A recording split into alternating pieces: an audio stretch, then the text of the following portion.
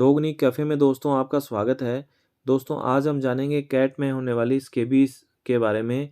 जो कैट्स में स्केबीज़ होती है उसके पीछे क्या कारण रहते हैं, उसके लक्षण क्या है, उसके उपचार क्या है और उसकी सावधानियाँ क्या है।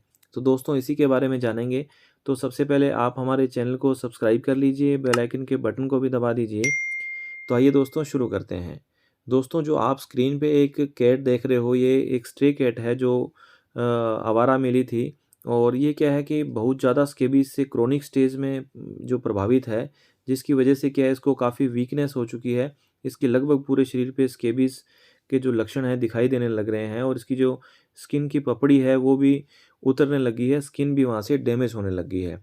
तो दोस्तों सबसे पहले तो अपने को ये जानना ज़रूरी है कि ये जो स्केबीज़ होता किससे है। बिल्लियों में स्केबीज़ होने का कारण एक माइट्स होती है जो बहुत ही माइक्रोस्कोपिक होती है, उसको अपन खुली आँखों से नहीं देख सकते हैं। इस माइट्स का नाम होता है नोटोएड्रस कैटाई। और ये जो माइट्स है सिर्फ़ और सिर्फ़ माइक्रोस्कोप से ही अपन पहचान सकते हैं कि ये माइट्स है। दोस्तों अगर बिल्लियों को स्केबीज़ हो जाता है तो वो ह्यूमन को भी इफ़ेक्ट कर सकता है।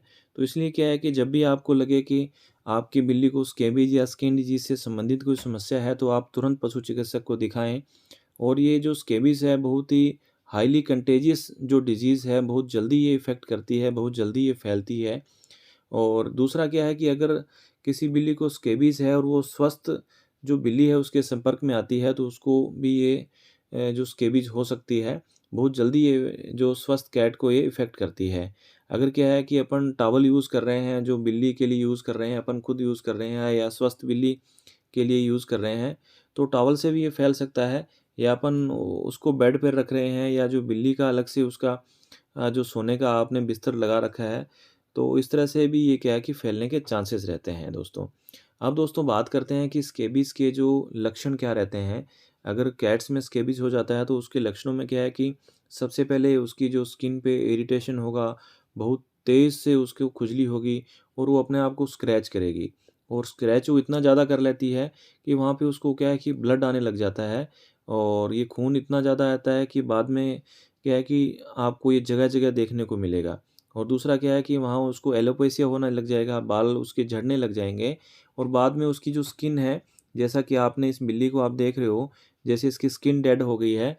और तो ये क्या है कि स्किन बिल्कुल डेड हो जाती है, पपड़ीदार हो जाती है और ये पूरे शरीर पे इस तरह से इसको हो जाता है। तो दोस्तों ये तो इसके लक्षण थे। और सबसे पहले जैसे मैंने बताया कि इसके कानों को इफ़ेक्ट करेगी, इसके गर्दन और चेहरे को इफ़ेक्ट करेगी और बाद में क्या है कि इसके पूरे शरीर को इफ़ेक्ट करेगी। अब दोस्तों बात करते हैं कि इसके ट्रीटमेंट की, अपने को इसको ट्रीटमेंट क्या देना चाहिए क्या। तो दोस्तों सबसे पहले तो क्या है कि अपने इसको मेडिकेटेड बाथ करवानी चाहिए। और दोस्तों हमने इस जो कैट को मेडिकेटेड बाथ देने के लिए क्या किया है कि हमने पीपी का यूज़ किया है, पोटेशियम परमैंगनेट का यूज़ किया है। इसको पानी में थोड़े से 2-1 इसके दाने डाले हैं, उसके क्रिस्टल होते हैं, तो हल्का गुलाबी इसका रंग हो गया है।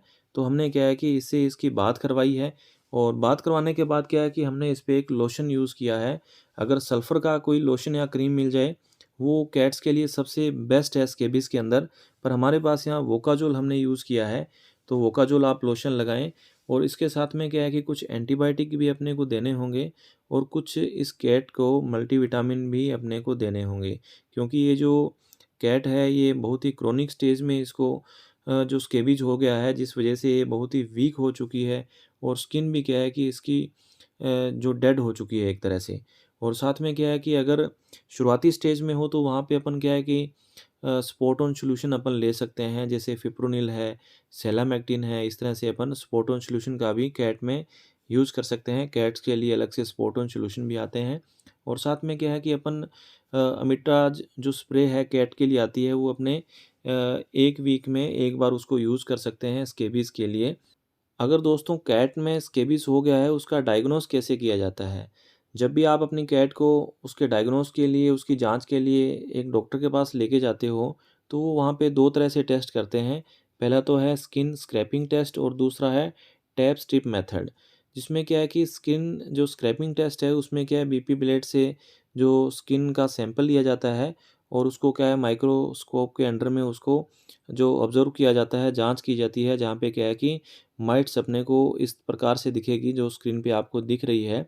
और दूसरा जो है टैप स्ट्रिप मेथड में क्या है कि जो टैप के द्वारा जो स्किन का सैंपल लिया जाता है और उसको क्या है कि माइक्रोस्कोप के अंडर में उसको ऑब्जर्व किया जाता है कि इसमें माइट्स है या नहीं है। तो दोस्तों इस जाँच से ये कन्फर्म हो जाता है कि जो कैट है जो स्केबीज से प्रभावित है और पशु चिकित्सक है उसका जो उपचार शुरू कर देते हैं।